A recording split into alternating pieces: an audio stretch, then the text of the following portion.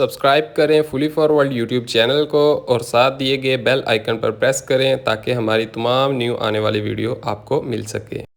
अस्सलाम वालेकुम दोस्तों, आप देख रहे हैं फुली फॉरवर्ड यूट्यूब चैनल। मेरा नाम है आज़म और आज की इस वीडियो में हम ये जानेंगे कि रेफ्रिजरेटर में बहुत सारी आइस, बहुत सारी बर्फ़ क्यों जम जाती है, उसके क्या क्या रीज़न होते हैं। उनमें से कोई एक भी रीज़न होगा तो आपके रेफ्रिजरेटर में भी इसी तरह आइस जमेगी और इसका क्या नुकसान है। जिन दोस्तों को इसका पता है, जो RAC टेक्नीशियंस हैं, उनको तो पता ही होगा कि आइस क्यों जमती है। तो जिनको नहीं पता, ये स्पेशली उनके लिए वीडियो है। तो जिन्हें पता है वो वीडियो स्किप कर सकते हैं, जिन्हें नहीं पता वो वीडियो के एंड तक जो है हमारे साथ जुड़े रहें, उन्हें भी पता चल जाएगा। तो फ्रेंड, यहाँ पर आप देखें काफ़ी सारी आइस जमी हुई है। अभी तो रेफ्रिजरेटर ये कम टाइम हुआ है इसको चलते हुए, तो वैसे तो अगर इसमें ये 1-2 दिन चले तो इसमें बहुत सारी आइस जम जाती है। मतलब काफ़ी बड़ी बड़ी मोटी तय इसमें जो है बर्फ़ की लग जाती है। हालांकि ऐसा नहीं होना चाहिए। और नीचे जो है इसका जो रेफ्रिजरेटर है, जो यहाँ पर जो सामने प्लेट है कूलिंग वाली, यहाँ पर भी बहुत मोटी तय जो है बर्फ़ की जम जाती है। 1-1 इंच तक जो है इसके ऊपर आ जाती है बर्फ़। तो जिसकी वजह से इसमें जो है काफ़ी सारी चीज़ें, दूध वगैरह इस तरह की और भी जितनी चीज़ें होती हैं वो ख़राब हो जाती हैं। मतलब प्रॉपर कूलिंग नहीं हो पाती तो वो ख़राब हो जाती है। तो आखिर क्यों ऐसा होता है, इसमें आइस क्यों जम जाती है। हालांकि ये सामने जो प्लेट है अभी इसमें जो है आइस नहीं जमी हुई, वैसे फुल चिल है। तो इसमें नॉर्मल प्लेट के ऊपर हल्की आइस आए तो वहाँ तक कोई इशू नहीं होता। बहुत ज़्यादा आइस आ जाए तो मतलब इसमें कोई फॉल्ट है।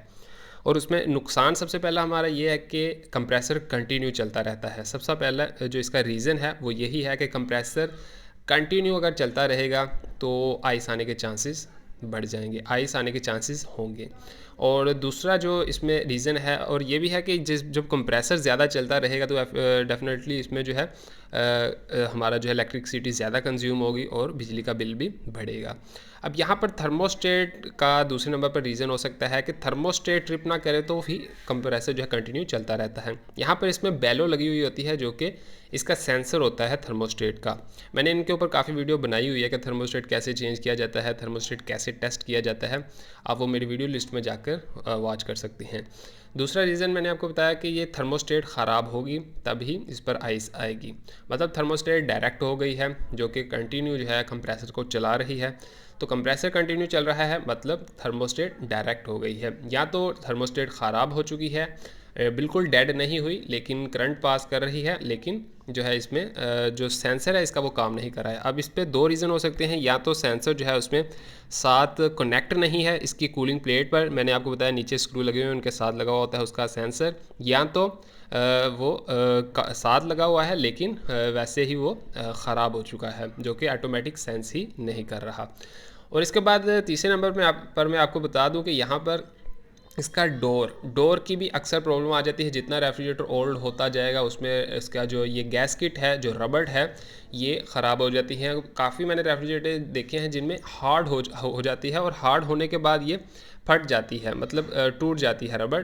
तो उसकी वजह से काफ़ी जगह से जो है ये ओपन रहता है इसका डोर, तो जिसकी वजह से बाहर की एयर जो है गर्म वो अंदर जाती है। तो अंदर जो है कूलिंग प्लेट के ऊपर जब बाहर की एयर पड़ती है तो आपको पता है कि एयर में ह्यूमिडिटी होती है और ह्यूमिडिटी एयर में जितनी ज़्यादा होगी उस हिसाब से जितनी ज़्यादा इसके अंदर एयर जाएगी वो नमी होती है ह्यूमिडिटी। तो नमी जो है उसकी कूलिंग प्लेट पर पड़ेगी तो वो वहाँ पर पानी जैसे जैसे नमी पड़ती जाएगी पानी बनता जाएगा तो वो जो है उसको फ्रीज़ करता जाएगा क्योंकि रेफ्रिजरेटर हमारा चल रहा होता है। तो सबसे पहले थर्मोस्टेट का ही ख़राब होना है और दूसरे नंबर पर जो है इसका डोर का ख़राब होना है।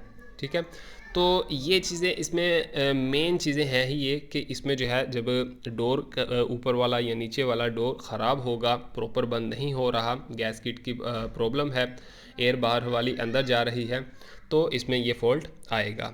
और इसके अलावा अगर बहुत ज़्यादा कुछ घर में छोटे बच्चे हैं, वो रेफ्रिजरेटर का डोर वैसे ठीक है लेकिन उसको ओपन बार बार करते हैं, तो एक ये भी रीज़न है। तो डोर बहुत ज़्यादा बार बार ओपन क्लोज़ ना हो, नॉर्मली यूज़ करने के लिए जितना होता है वो हो, तो उसमें कोई प्रॉब्लम नहीं। और दूसरे नंबर पर मैंने आपको बताया कि इसका थर्मोस्टेट ख़राब हो सकता है। और तीसरे नंबर पर जो है इसमें इसका डोर किट जो है, जो रबड़ है, वो ख़राब हो सकती है। तो ये छोटी सी एक वीडियो थी जिसमें आपको ये इन्फॉर्मेशन देनी थी। आप अपने रेफ्रिजरेटर का चेक कर सकते हैं कि डोर प्रॉब्लम तो नहीं, या फिर थर्मोस्टेट प्रॉब्लम तो नहीं। थर्मोस्टेट पर मैं ऑलरेडी वीडियोस बना चुका हूँ। या फिर इसके बाद जो है आपका जो रेफ्रिजरेटर है वो बार बार ओपन क्लोज तो नहीं होता, ये है। आई होप आपको वीडियो पसंद आई होगी। अगर आपको वीडियो पसंद आई तो वीडियो को लाइक करें, चैनल पर न्यू है तो fully for world YouTube channel को सब्सक्राइब कर दें। मैं मिलता हूँ आपसे नेक्स्ट वीडियो में। Thank you so much. अल्लाह हाफिज़।